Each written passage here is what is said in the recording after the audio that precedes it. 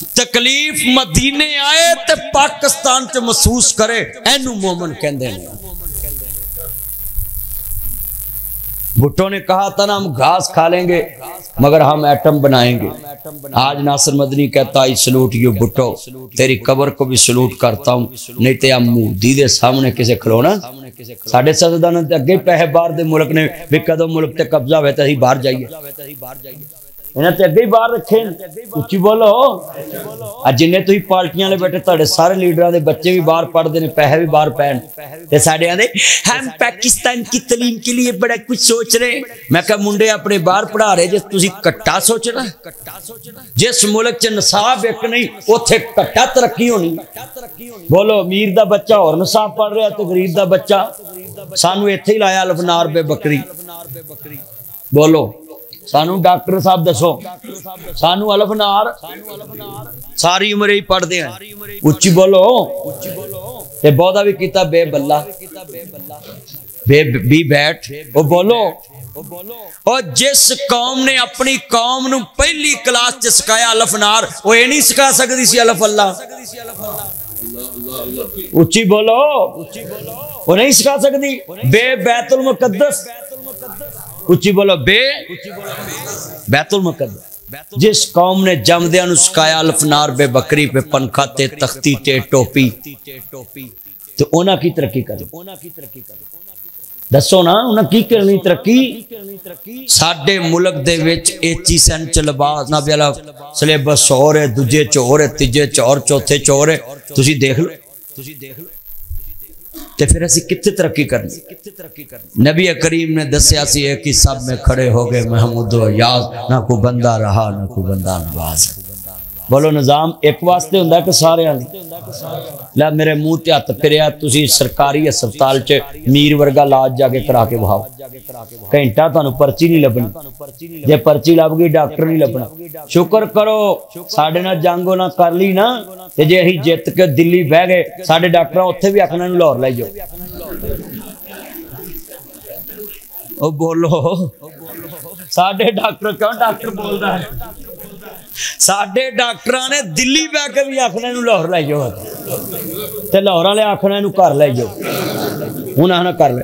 आज साडे सियासतदान बीमार हुंदे ना ते साडियां लैबार्टरियां बड़ियां तेज होया। साडियां लैबार्टरियां पता की रिपोर्ट दिंदियां, इसका इलाज पाकिस्तान में नहीं, इसको बाहर ले जाओ। ते जदों साडे वर्गे गरीब बीमार हुंदे ना कहंदे ने इहनूं घर ले जाओ, इहदे लई दुआ करो। हाँ जी दुआ दारू कराओ। ओए बोलो इंज ही हो रहा है ना।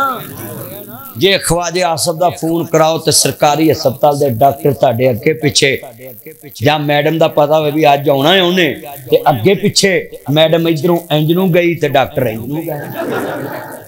ओ बोलो इंज ही है। और कलमा पढ़ रहे जेहड़ियां मैं गल्लां करना खड़ियां नहीं।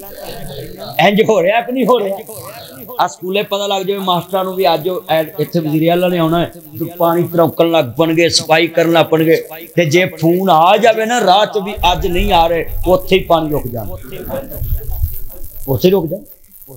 जिस कौम दा ये म्यार होवे कि अदालत दे विच जनाब जज जान के बैठा है, वकील टाई ला के गया है, कोट पा के गर्मी च गया है, तो जनाब जिस कौम का म्यार होवे इंसाफ लैन दा कि आके जी झूठा सर्टिफिकेट अदालत नूं पेश करो कि साडा बंदा नहीं आ जा सकदा, उन्हें बीमार है।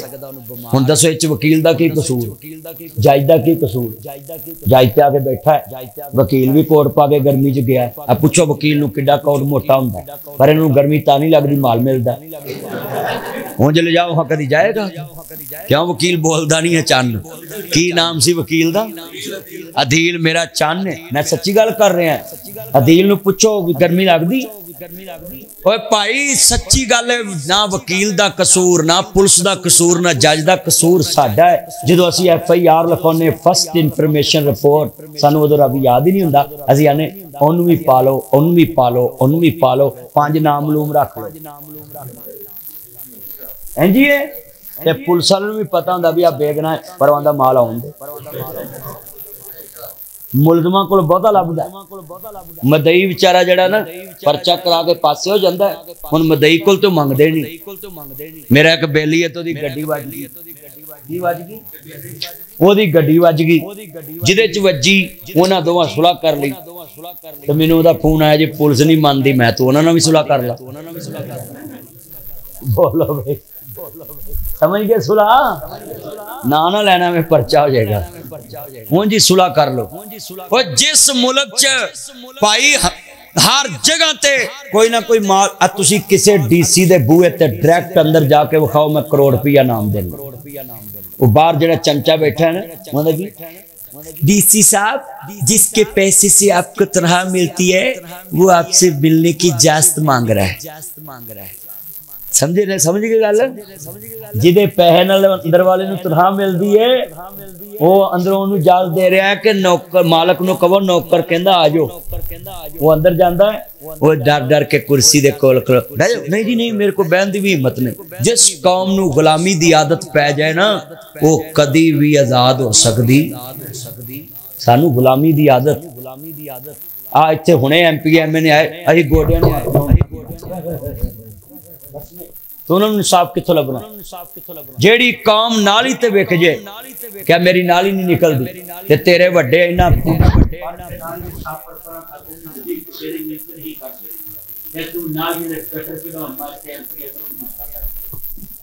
बोला मैं गल्लां नहीं सही करदा पिया।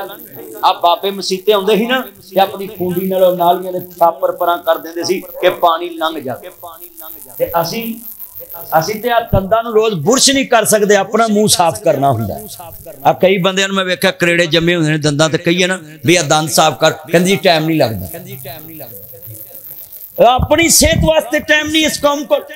किन्ने बंदे वादा करदे हो कि असीं जिन्नी चिर जिंदगी गुजारांगे मुस्तफा दी गुलामी च गुजारांगे। तो नाल पढ़ना मिलके पढ़ना प्यार ना सारी दुनिया वेख दे पईए चंद शहर मदीने।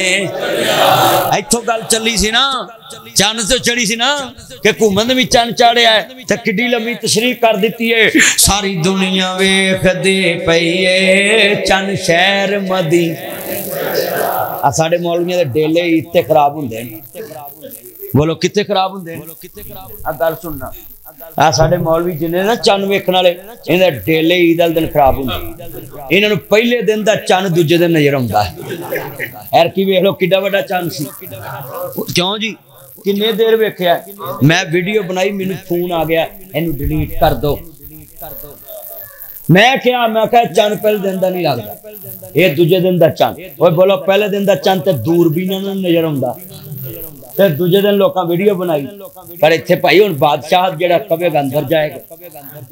हाँ जी अगे घरां च मैडम की हुकूमत सी हुण पूरे सूबे च हुण ते बंदा कह भी नहीं सकदा ना कोई गल आ किन्ना मजमा बैठा है।